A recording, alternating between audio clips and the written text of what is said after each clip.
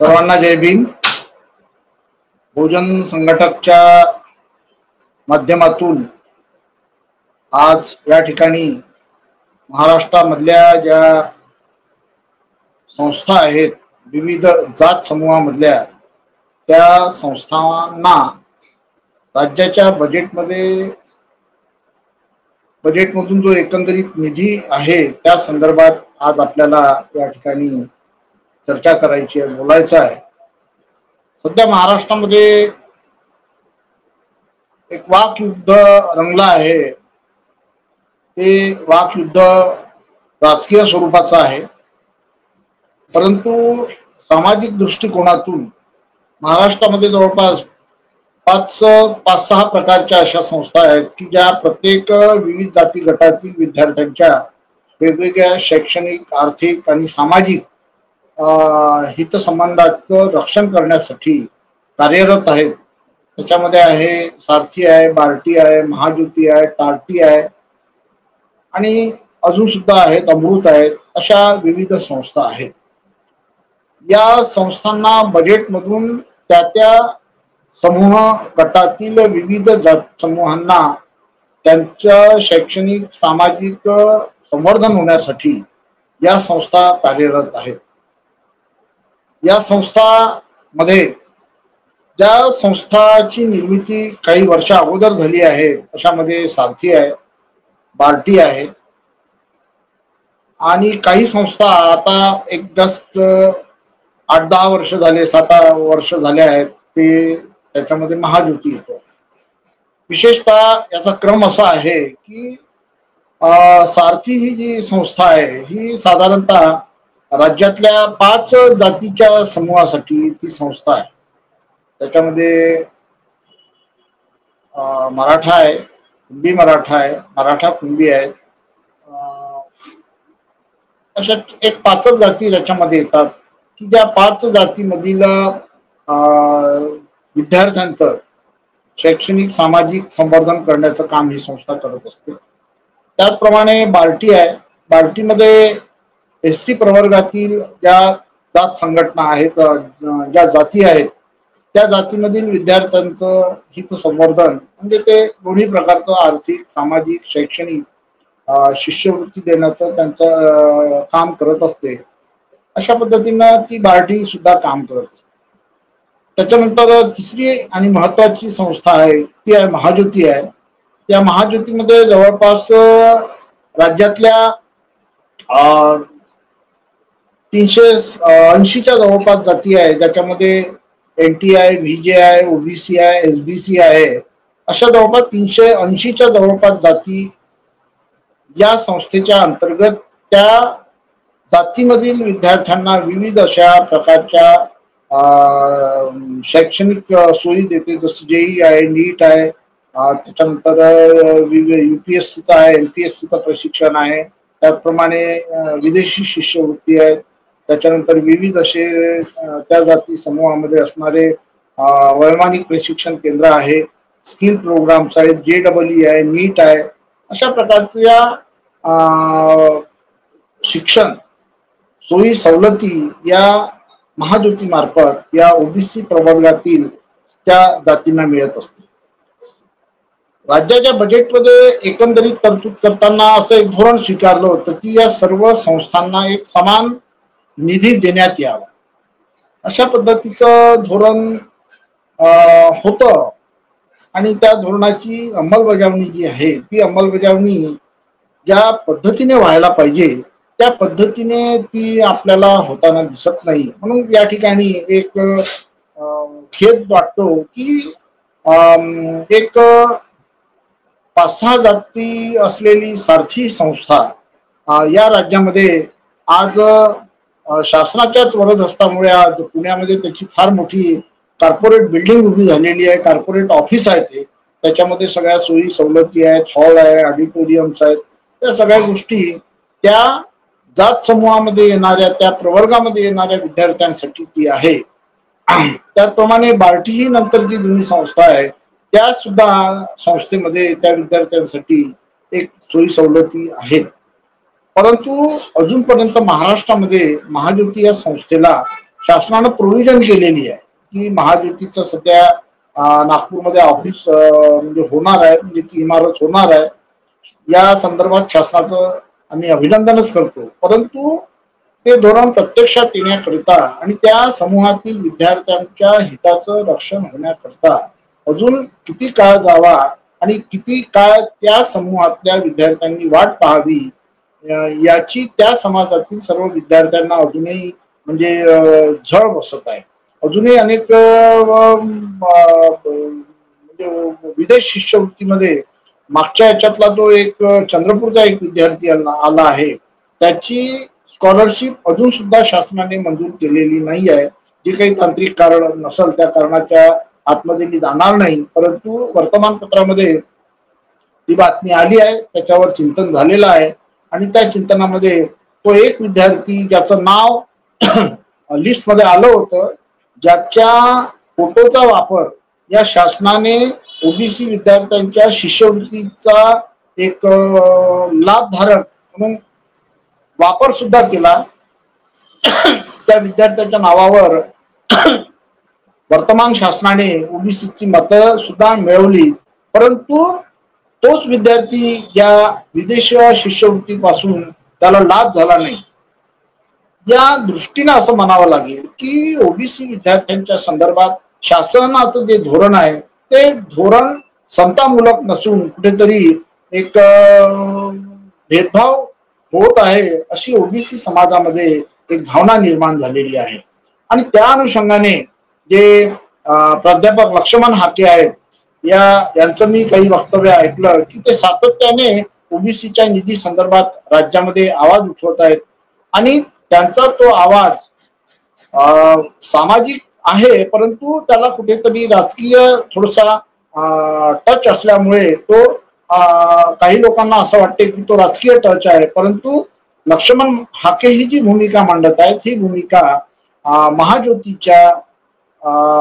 अंतर्गत येणारे जे काही विद्यार्थी आहेत त्या विद्यार्थ्यांसाठी सारथी प्रमाणित किंवा सारथीपेक्षा महाज्योतीमध्ये जवळपास 380 जातीचे विद्यार्थी येतात आणि त्या 380 जातीच्या विद्यार्थ्यांमधून जे काही विद्यार्थी त्याच्यामध्ये निवड होते त्यांच्यासाठी तो निधी फारच कमी आहे.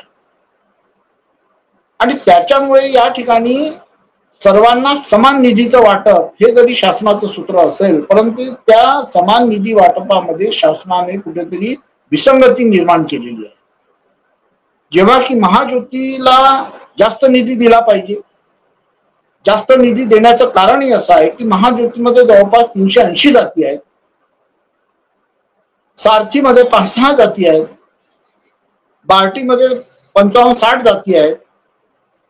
या प्रमाणात जर विचार केला तर या ठिकाणी फार मोठा जो न्याय आहे हा मोठा न्याय महाज्योतीला मिळाला पाहिजे, त्याच्यानंतर बार्टीला मिळाला पाहिजे, त्याच्यानंतर सारथीला मिळाला पाहिजे किंवा इतर ज्या काही टार्टी आहेत किंवा बाकीच्या ज्या अमृत संस्था आहेत यांना सुद्धा तो निधी त्या पद्धतीने दिला पाहिजे.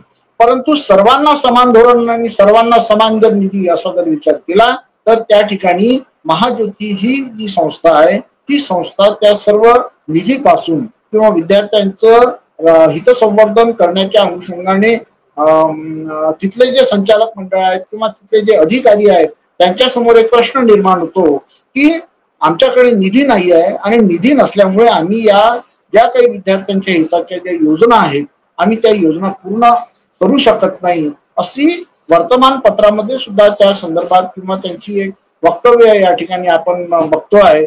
अशा पद्धतीने तर बार्टीमधूनही असाच आवाज येतो आहे, परंतु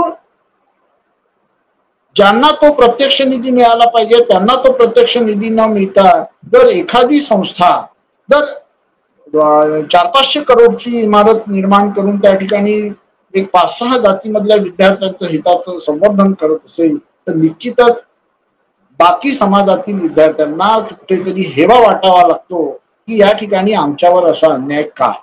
आणि राज्यामध्ये आपण हे समजून घेणं अत्यंत आवश्यक आहे की आज राज्यामध्ये नव्हे तर देशामध्ये सुद्धा केंद्र शासनाने या देशामधली एक जातनीय जनगणना करण्याचा जो एक घोषणा केलेली आहे ती घोषणा या ठिकाणी आपण लक्षात जर घेतली तर या ठिकाणी या देशामध्ये ओबीसीची जी संख्या आहे ती जवळपास 1931च्या जनगणनेप्रमाणे ती 52% आहे. जर ती 1931च्या जनगणनेप्रमाणे जर ती 52% असेल तर निश्चितच आज 2025 या काळामध्ये ती जनसंख्या वाढलेली आहे. याचा सुद्धा शासनाने एकंदरीत विचार करून अगोदरच त्या संस्थेला ऍडव्हान्स मध्ये कुठेतरी निधी देण्याचं धोरण जर ठेवलं तर येणाऱ्या काळामध्ये सरकारवर सुद्धा निधीचं एकंदरीत संकट येणार नाही. अर्थात या ठिकाणी ज्यांच्याकडे निधी आहे, निधी हे खाता आहे, अर्थ खाता आहे, त्यांनी असा व्यापक जर दृष्टिकोन ठेवला की ज्या ठिकाणी जातीची संख्या जास्त आहे त्यांना तो निधी जास्त दिला पाहिजे, ज्या ठिकाणी जातीची संख्या कमी आहे त्यांना त्या ठिकाणी निधी थोडासा कमी दिला पाहिजे, कारण त्या ठिकाणी ती जातीची संख्या कमी आहे. या ठिकाणी मी कुठेही जातीय तेढ निर्माण होऊ देण्याचा विचार या ठिकाणी मी मांडत नाही आहे. तर शासनाने जे धोरण निर्माण केलेलं आहे ते धोरण जे आहे राजकीय दृष्ट्या जरी समसमान धोरण असं वाटत असलं तरी ते कुठेतरी सर्वांना समान न्याय हे बोलायला जरी चांगलं वाटत असेल पण प्रत्यक्षात मात्र तो जो व्यवहार आहे तो व्यवहार आपल्याला कुठेतरी संकुचितपणा आपल्या शासन स्तरावर आपल्याला दिसून येतो की 380 जातींना एक 300-400 कोटी आणि 5-6 जातींनाही 300 कोटी आणि बाकीच्या 60-50-60 जाती असलेल्यांनाही 300 कोटी. जर अशा पद्धतीचं धोरण राहील तर 380 जातींना फक्त 300 कोटी असं जर धोरण या ठिकाणी निर्माण झालं तर निश्चितच हा त्या संवर्गातील विद्यार्थ्यावर फार मोठा अन्याय आहे असं या ठिकाणी मला नमूद करावं असं वाटते आहे. ही भूमिका मांडत असताना ही या ज्या संस्था निर्माण झालेल्या आहेत त्या अत्यंत महत् प्रयासाने शासनाने त्या निर्माण केलेल्या आहेत. लोकांची ती मागणी होती, सातत्याने आम्ही राष्ट्रीय ओबीसी महासंघाने किंवा इतर ज्या जात ओबीसी मधील जात संघटनांनी ओबीसीच्या हितासाठी महाज्योतीची संस्था निर्माण करा असा शासनाकडे आग्रह धरला आणि शासनाने ते मंजूरही केलं आणि शासनाने महाज्योती ही संस्था निर्माण केली. याबद्दल शासनाचं आम्ही अभिनंदन करतो. कुठेही शासनाविषयी दुजाभाव आमच्या मनात नाहीये. परंतु एखादी संस्था निर्माण केल्यानंतर त्या संस्थेला चालवण्यासाठी त्या संस्थेमधील विद्यार्थ्यांच्या रक्षणासाठी शासनाकडून बजेटमध्ये जी प्रोव्हिजन व्हायला पाहिजे होती ती प्रोव्हिजन अजूनही जर झालेली नसेल तर त्या निर्माण केलेल्या संस्था त्या किती तग धरू शकतील हा विचार शासनाने करायला पाहिजे. आणि हा विचार करत असताना त्याला त्याच्या प्रमाणामध्ये निधी देण्याची गरज आज या ठिकाणी निर्माण झालेली आहे. या ठिकाणी वारंवार ओबीसी मध्ये आणि मराठा समाजामध्ये अशा पद्धतीचं चुकीचं वक्तव्य करून जर राजकीय भेदाभेद निर्माण होत असेल तर निश्चितच आम्हाला ती गोष्ट पटणारी नाही आहे. परंतु जी व्यक्ती त्या समाजाच्या हितासाठी जर आपला आवाज उचलत असेल, तो आवाज जर लोकांना जागृत करत असेल तर त्या व्यक्तीचं कुठेही या ठिकाणी चुकत नाही असं आम्हाला वाटते. राष्ट्रीय ओबीसी महासंघ मागील 10-12 वर्षापासून सातत्याने ओबीसीच्या प्रश्नाविषयी शासनाकडे प्रत्येक बाबीचा पाठपुरावा करत आलेला आहे. आजही राष्ट्रीय ओबीसी महासंघाच्या भूमिकेमध्ये एकंदरीत शासनाकडून शासनाच्या सहमतीने शासनाला विनंती करून शासनाकडून आम्ही जवळपास 52 GR काढलेले आहेत. याच शासनाने हे 52 GR काढल्यामुळे निश्चितच शासनाचं आम्ही या ठिकाणी अभिनंदन करतो. परंतु GR काढल्यानंतर त्याची अंमलबजावणी, त्या GRच्या अंमलबजावणीसाठी लागणारा निधी याची सुद्धा तरतूद होणे अत्यंत महत्वाचं आहे. आज ओबीसी बहुजन कल्याण मंत्रालयाअंतर्गत जी महाराष्ट्रामध्ये जवळपास जी 52 वसतिगृह सुरू आहेत ओबीसीची, त्या वसतिगृहाची दशा आणि दिशा कशी आहे याचा सुद्धा शासनाने विचार करावा. कारण अजूनही विद्यार्थ्यांना वेगवेगळ्या अडचणींना त्या ठिकाणी तोंड द्यावं लागते. त्या ठिकाणी विद्यार्थी शिकतात, विद्यार्थिनी शिकतात. आज ओबीसी समाजामध्ये ओबीसी वसतिगृह ही पहिली पहाट आहे. राज्यामध्ये ओबीसी साठी मागच्या 50-60 वर्षामध्ये ओबीसी वसतिगृह नावाची संस्था नव्हती. फक्त ती समाज कल्याण अंतर्गत SC आणि ST साठी होती. त्याच्यामध्ये ओबीसी साठी फार कोटा होता पण तोही कोटा फार क्वचित मिळायचा. परंतु वर्तमान सरकारने ओबीसी वसतिगृहाची आम्ही मागणी केल्यानंतर राज्यामध्ये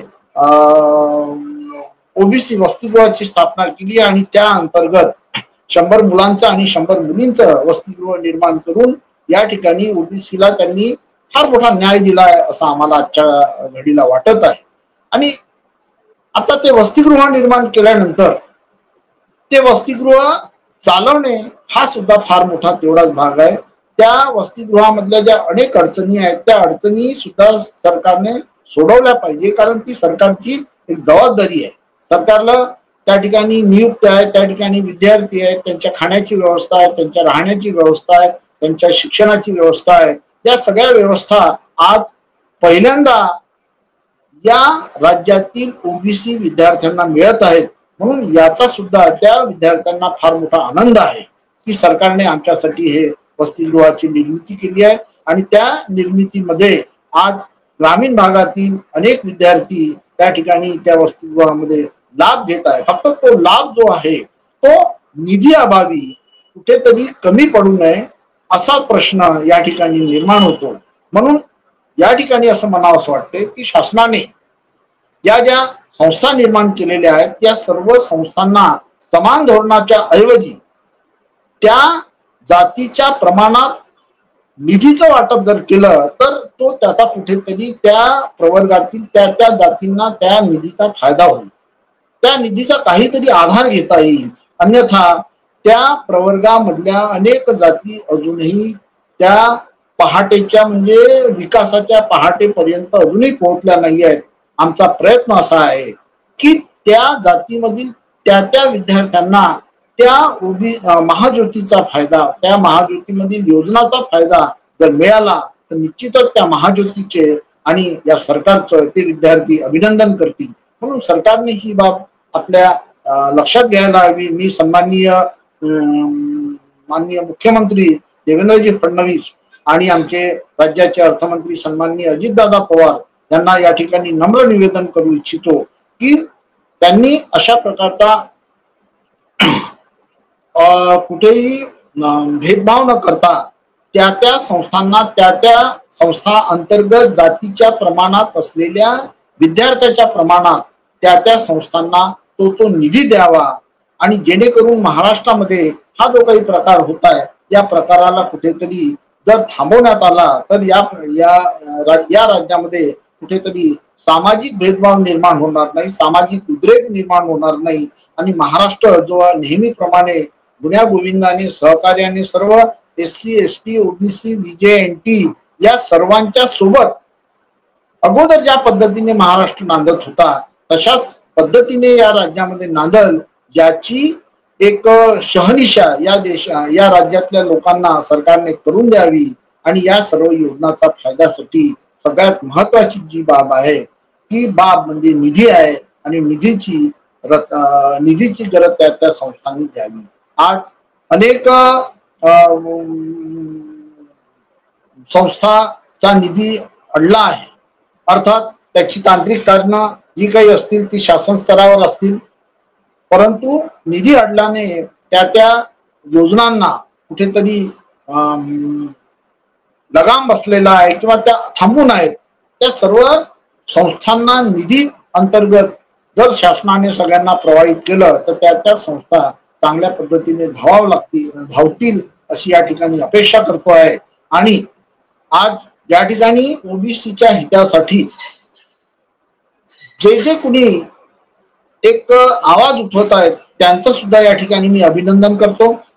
आणि ज्या ज्या संघटना ज्या ज्या संस्था ओबीसीच्या हिताचा ओबीसीच्या लाभासाठी किंवा आपापल्या सारथी असो, बार्टी असो, महाज्योती असो याच्या अंतर्गत येणाऱ्या त्या सर्व विद्यार्थ्यांच्या लाभासाठी जर ते आग्रही मागणी करत असतील, परंतु शासनाने सुद्धा हा विचार करणे अत्यंत गरजेचं आहे की आपण या ठिकाणी निधी कुणाला जास्त दिला पाहिजे आणि निधी कुणाला कमी दिला पाहिजे या पद्धतीचा जर विचार आमच्या राज्यातल्या अर्थ खात्याने जर केला तर या ठिकाणी अशा पद्धतीचे वादविवाद या राज्यामध्ये निर्माण होणार नाही. आणि संपूर्ण समाज, एक सामाजिक समाज जो आहे हा सामाजिक समाज फुले शाहू आंबेडकर यांच्या तत्वानुसार या राज्यामध्ये गुण्या गोविंदाने अत्यंत चांगल्या परिस्थितीमध्ये नांदेल. कारण येणाऱ्या काळामध्ये